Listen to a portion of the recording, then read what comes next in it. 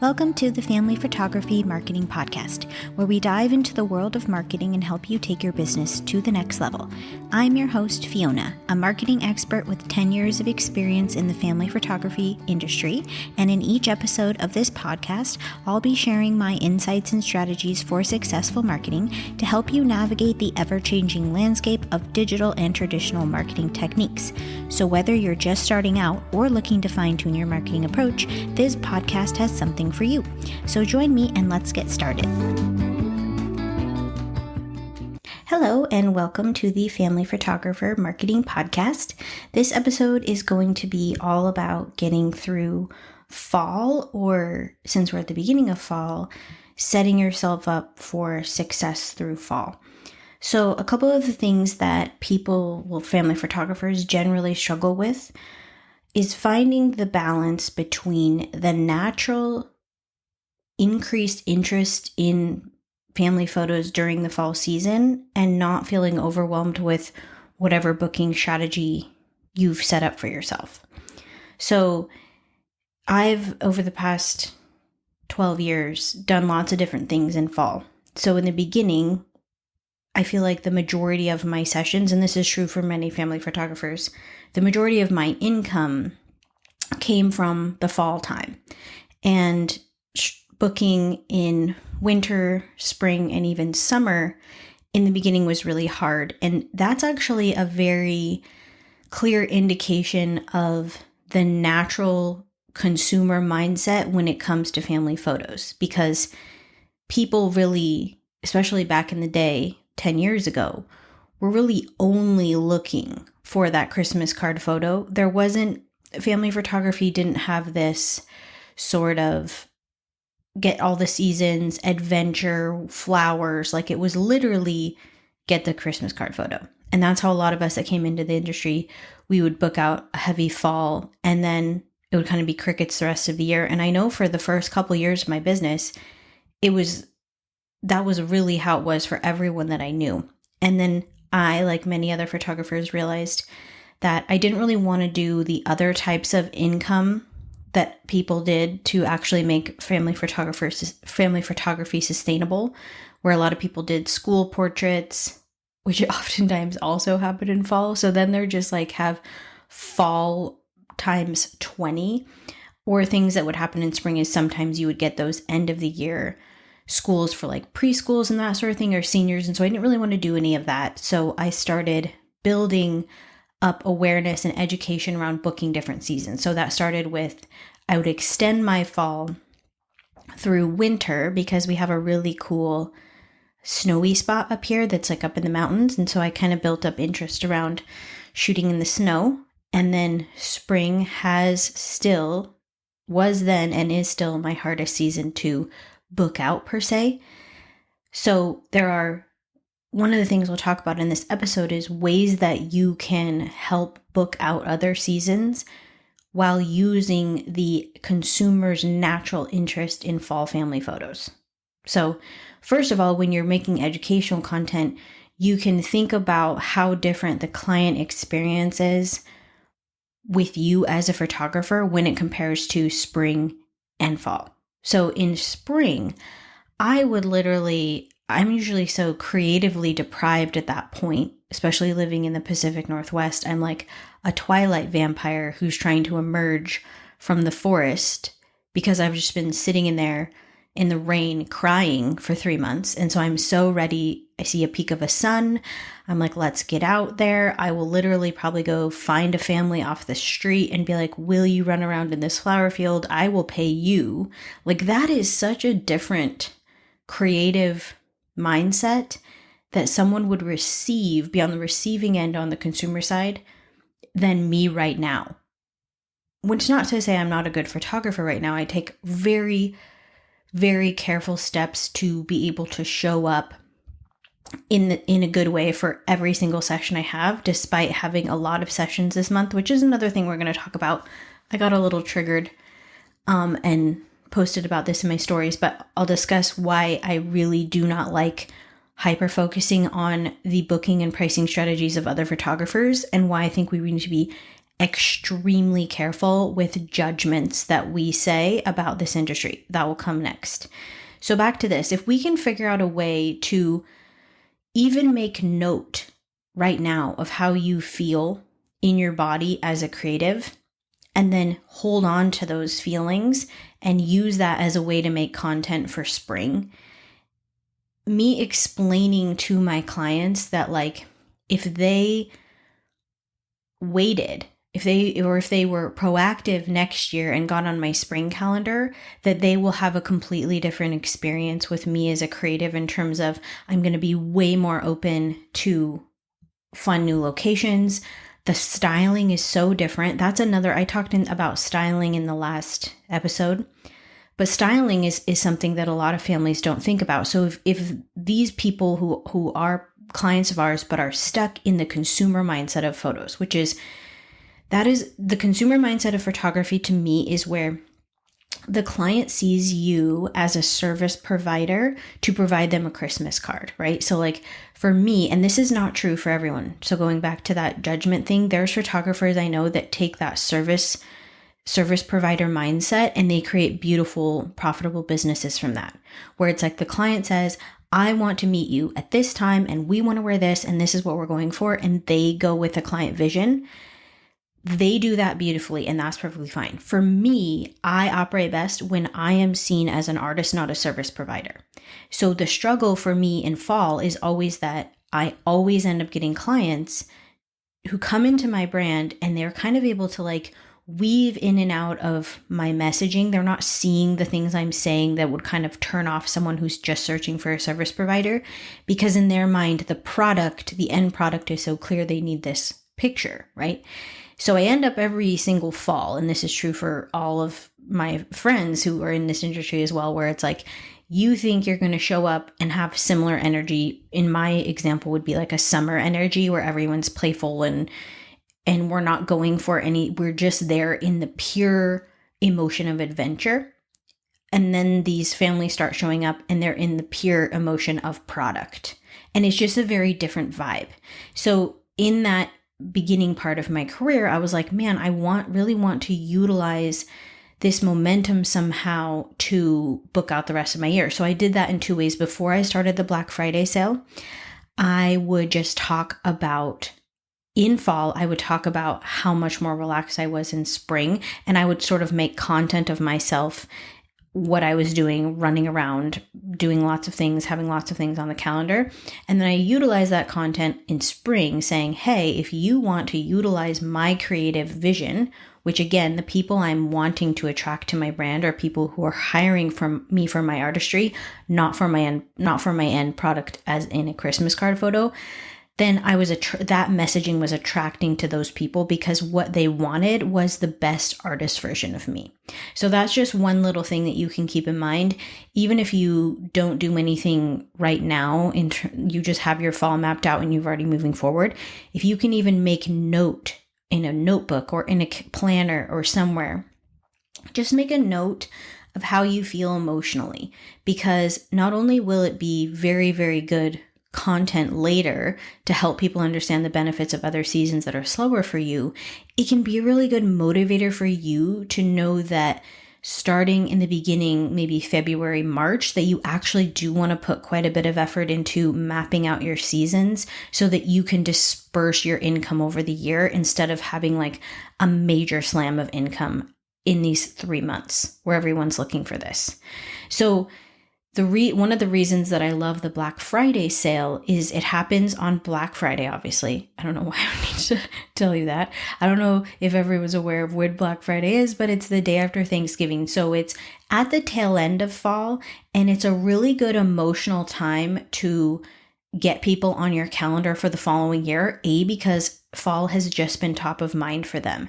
So they may have just, on the consumer side, gone through a fairly frustrating experience, either getting on a photographer's calendar if it's not yours, or even getting on your calendar, or just being aware that they're sort of caught up in this semi-stressful situation of whatever fall family photography becomes, and maybe they want something different, and you want those people who are just thinking critically about that experience that they just had.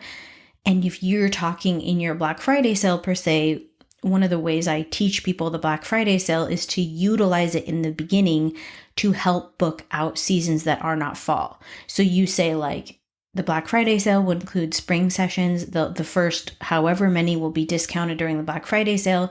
And that content that you create to sell those spring sessions, you can then reutilize in the couple weeks, months before spring as well to book more sessions then. But someone who's just finished out a hectic fall session may be just the right person who's like, oh my gosh, next year, yeah, let's try it in spring. She's saying we can wear much warmer clothes. She's saying we could have, instead of on our walls, pictures that are filled with, dried grasses and leaves, we could have wildflowers and bright blue skies. Like that type of thing. Is every consumer paying attention to that? Of course not. There's always going to be those people who are literally like, you are providing a product to me. This is what I want. I'm hiring you for this Christmas card photo. The challenge is if you're someone who takes pride in your artistry and you want to be seen more for an artist than a service provider, how do you balance the natural inclination and fall rush to get some extra income, if that's what you want, with this need or wish to be seen not as just someone providing a Christmas card? So that is something that each person has to decide. And I, like I said, have done multiple things. So in past years, when I've had a really busy summer, I've actually had a very slow fall. I like fall too for my own family. And so I was like, okay, this fall, I'm going to do this, take some time off, be present with my kids, actually not take on a lot during the fall.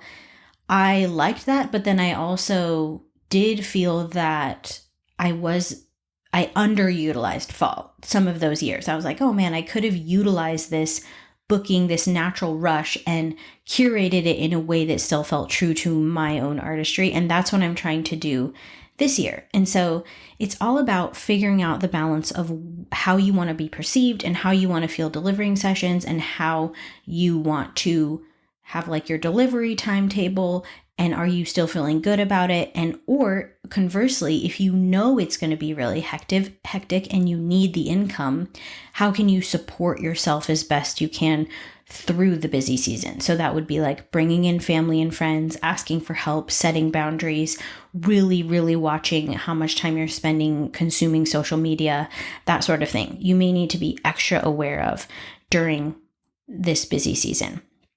So really quickly, I want to touch on this judgment that I see in the industry as a whole of high volume photographers. And it's very frustrating to me because I do not care how anyone runs their business. I was in a Facebook group that I really enjoyed for a long time. But one of the pillars of this group was to constantly complain about the pricing of other photographers. They would share like advertisements that these photographers had said, being like, you can have a session for $25. And they just like rant about it endlessly. But there was other aspects of the group that were really helpful. And I tried to provide a lot of value in that group. And then one day I was like, I just want to offer an alternative viewpoint, which is that if you feel yourself being extremely affected by the policies of other photographers in your town, you can choose to literally insulate yourself from that, put your blinders on and not worry about it. And the post, from the few comments I saw, people were like, oh, this is kind of freeing. I feel a lot better. And then I got kicked out of the group unceremoniously with no information. I was just blocked from the group. I can't even find it on Facebook anymore. So that gave me some insight into this feeling that we have to put a lot of attention on what other photographers are doing and what they're charging, and that somehow matters to our businesses. And it really does not matter. And it's one of those things that we have almost zero control about. So for example, if I was in my town, and I'm sure there literally are photographers in my town that I think are way undercharging. So in that scenario, I have two choices.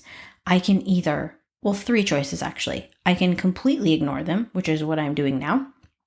I can get really mad about it and rant about it to my friends. I could even email that photographer and, say in a rude way, you need to raise your prices, which FYI, when I first came into the industry, I received emails like that. even though I tried to come in at a pretty fair price. Or you can say, hey, reach out to that person, be like, your work is so beautiful. Would you ever like to meet for coffee? I can help you if you need help. And then maybe through your support and guidance, that person will see their own worth and raise their prices. So like, which one of those options feels the absolute poopiest? Obviously the one where you're hyper-focusing and being mad about people running their business a certain way.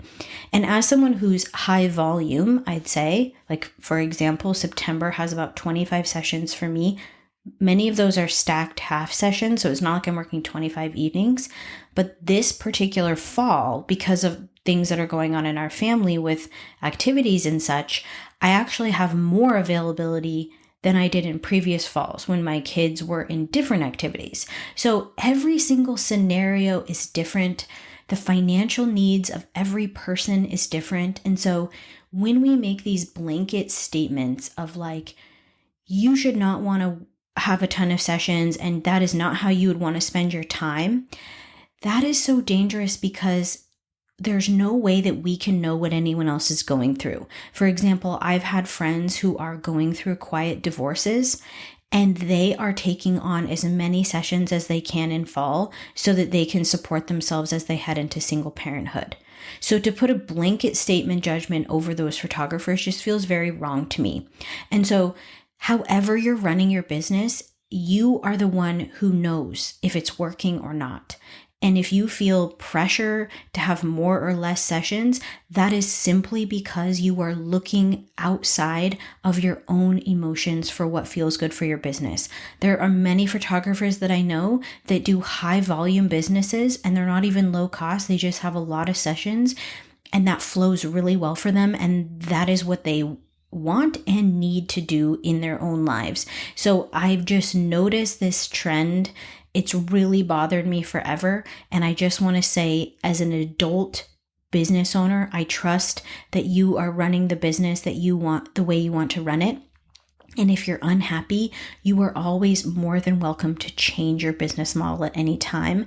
However, it also annoys me when people suggest that perhaps high volume photographers switch to in-person sales overnight, because often those are very two different clienteles, and the marketing and trust building that goes into building each separate business is not something that can happen overnight. So if working towards less sessions at a higher price is something that you want to do, that's a slow ship that you're going to have to turn over a course of a year, not something where you can turn on a dime and head in a different direction. So I just want there to be a little bit more acceptance for everyone and understanding that this industry, and this may get me in trouble, but it's true, is zero barriers to entry. Literally anyone, including your mom, could decide to become a photographer tomorrow, and there's nothing that you can do about it except keep focusing on your own beautiful business. So, sorry, just had to do a little ranty rant. You know, these things come out sometimes. So going back to how to get through fall successfully, my suggestion is to set a seasonal income goal. This is, of course, how I love to set up every single season for my business. So I set my income goal that I want. I actually love to put these calendar, like monthly printouts of each month on my wall. And then I write my income goal for each month. And then I break it out from there, how many sessions that works out to, and how much I'm going to charge for each session. Now, that alone is a very, very good way to look at the body of your work and the resulting income, and you can make your own emotional decision about how that feels. So if it's a $5,000 September, for some people, that may be the most amazing amount of money they've ever made as a solo entrepreneur in their life and the most exciting thing that's ever happened. Where for other photographers, they may be in full-on panic mode because that's 1/4 of what they were hoping to make. So it's going to be different for every single photographer, right? And so wherever you fall in there, when you see those numbers in front of you written out that way that include the time, because it's really helpful to look at an overall view of that month or season and count up the number of evenings that you're away, count up the number of hours that you're spending, seeing how much work that's going to be and the resulting income, that's a very, very quick snap judgment for you to decide if you're going to feel resentment or not. And you know that I run my business off that super helpful emotion. That resentment is a clear key for me to make changes. Now, the other thing I'll say is that I will put up with a little bit extra resentment in fall because at this time in my life with this frickin' economy, it's worth it for me to take on a little extra because I want the padding heading through the winter, because for some reason I can't seem to go to the grocery store without it being $150 and I walk away with like oat milk and a waffle. So I need to do what's best for my family, and you do as well. But looking at your season like that can be really helpful. Here's where people get in trouble. Even if you did that work of lining out your entire season with the number of sessions that you'd need to do to hit your income goal, instead of marketing those sessions, people will think, I just need to add more availability.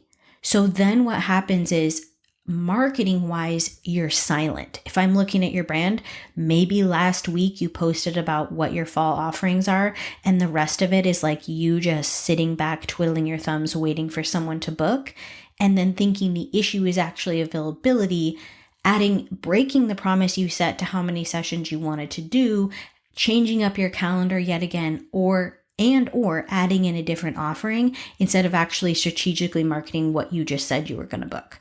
So for that, what that looks like, again, I've talked about this a million times, is that 7 to 10 number. So if you have sessions coming up in October and you have not talked about them 7 to 10 times on everywhere that you market, you're not talking about them enough. We are dealing with humans that we're involved in as well. We are part of this group that have the attention span of a flea. And so you can't possibly imagine a flea is going to see one thing go by and remember it. They need to see it all the time. You're not being annoying. It's your business. You are welcome to talk about it however much you like to talk about it. So if you're struggling with fall booking, it may be that instead of focusing on consistently creating educational sales type material, when I say that, it would be like, hey, tree farm minis are coming up. Here's 10 outfit ideas that I love for tree minis. Here's how it works. Here's the turnaround time. Here's some Christmas card examples. Nobody's doing that. What they're doing instead is posting that they have tree minis one time and then running to the trees and hiding behind one of them for the next 3 months and wondering why nobody booked. There's more attention on photography right now, which is great for you, but it means there's also more attention on photography right now.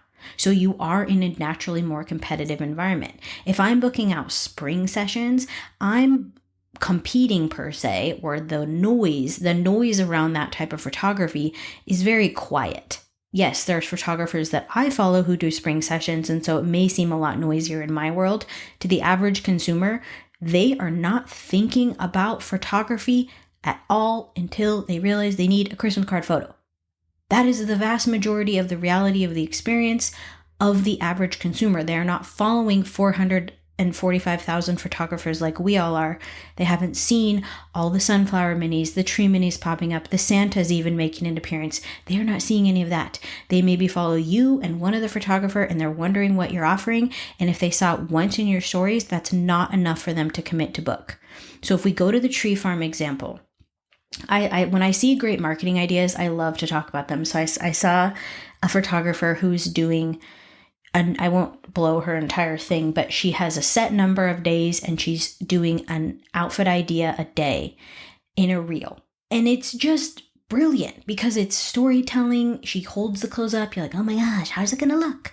And then she puts it on and it's like, you're drawn to her. I clicked on her profile and she lives somewhere else in the US. I'm not even looking for a photographer, but I was so impressed by the storytelling element and the drawing in element of her marketing that I was interested in her brand. Put me in a consumer mode and I'm like, okay, again, going back to last week's episode, super excited about a session, don't know what the hell to wear. This girl is showcasing 30 ideas or 40 ideas or 50 ideas or whatever it is for the given month. So I could say, hey, she's going to be able to help me.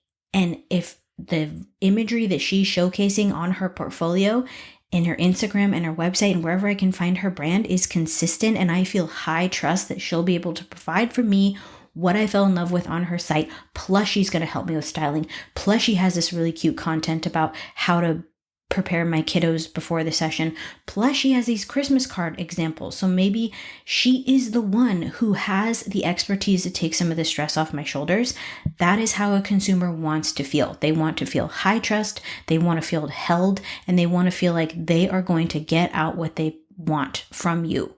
So that's how you find the balance between being a service provider, which technically, according to the tax person, I am, but I'm also an artist. And so I have certain parameters and boundaries around my business that I want people to follow. So marrying those two can be done by creating a very high trust and consistent brand. So that's where it all ties back down to marketing. The trick is you must talk about what you're offering and you must ask for the sale. That is the missing component in majority of the marketing that I see. This is the type of marketing I love, okay? So I follow a couple of photographers who are really good at this. They have not booked out their fall yet, right? There's photographers who have booked out their fall, and we're going to ignore them for now. Many times they've been in business for the last 400 years. They have an email list of 400 people, so they just book out. So they're done. Round of applause. They're amazing. That's not who we're focused on right now. What we're focused on right now is the person who's still in growth mode and they're still trying to book out fall. So what I see is really cute graphics they've created about the sessions that they have coming up. I see those graphics popping up on stories every other day. And included in that is a link to book. And then maybe they're doing a countdown of how many they've booked. Scarcity is very powerful. If I'm piqued and I have a piqued interest in your tree minis and I've seen them once, and then I'm like, ooh, those are cute. But because I'm an average flea consumer and I can't focus for more than 1 nanosecond, I'm on to the next story. And then I see them again, because this is the beautiful thing about the algorithm is if I paid a little bit of attention to them, the chances are high that I'm going to see it again when you post it again. So comes up again, I see it again. Now you're offering what to wear ideas for these tree minis. So I'm like, oh my gosh, she could help me with what to wear for these. I think it'd be so cute to have a tree farm photo as my Christmas card this year. Let's say that's the consumer mindset I'm in. Again, goes by again. I can't seem to, maybe this time I've actually clicked the link, but I haven't actually done anything else. Pro tip, if you had online booking, you probably would have got this person maybe by now. If you don't have online booking, maybe they've gone and thought about filling out your contact form. We're just moving forward. The next thing we see is you showcasing examples of past clients who have used tree farms and what their Christmas cards look like. Now I'm getting even more excited. And now maybe I'm actually right in there and I'm ready to book the session. And then you come out and say, here's some tips about how to, things you can do before and after your tree farm session to get your kids excited. Now I'm like, this person is on my team for these tree farm sessions. There's no one else I'm seeing. I'm not seeing the 400 other photographers in the area offering these. I'm seeing this person. I'm seeing this brand. I feel supported and I'm booking. So asking for that sale, and that sounds so salesy, but it's like the only way that it's universally understood. Asking for someone to actually arrive on your calendar is the missing element. So the things that shut people down every time with marketing is, one, they're overwhelmed with what they're actually booking. So we've already solved that because you've set your fall out in front of you in hopefully written form in some capacity where you can see the overarching view, how much money you want to make, how many sessions you need to book, and then you're creating a marketing strategy around that. And then you're not sidelining your own marketing strategy because you feel annoying. That is the number 2 thing. So people are like, I have these sessions and I want to talk about them, but I don't want to be annoying. Ma'am, this is your brand. You are allowed, you could talk about them every 17 seconds. May people get annoyed? Sure. May it be enough for some people to book? Sure. You have to stop judging yourself so harshly about how often you're showing up. Because from what I see, there's a very, very small percentage of people who talk about their sessions enough. More often than not, everyone is just so worried about annoying everyone else. So as you look around fall, the top tips, going back to what we just talked about, would be to first of all, have an overarching idea of what you're trying to do here. That is such a key thing. Don't go into it just with a hoping I'll book mentality. Then you may need to place some boundaries around your family, your friends, your existing clients, so they know what to expect and you know that you have the energy, place, and time to get the work done that you are signing yourself up to do. The second thing is you actually have to follow through on your marketing plan. So you can utilize the momentum of fall, but still sticking true to your artistry by marrying the idea of creating a trustworthy, easy to book, consistent brand. That's where your focus is. That's who you are in the world right now. So if you want more income, you can utilize that, but you don't have to be stomped on, and you don't have to have people using you, and you don't have to be at the will of people who see you as a service provider because you failed to plan out your sessions in a way that is in alignment with your own artistry. So I hope that was helpful, and I will be back next week to chat more.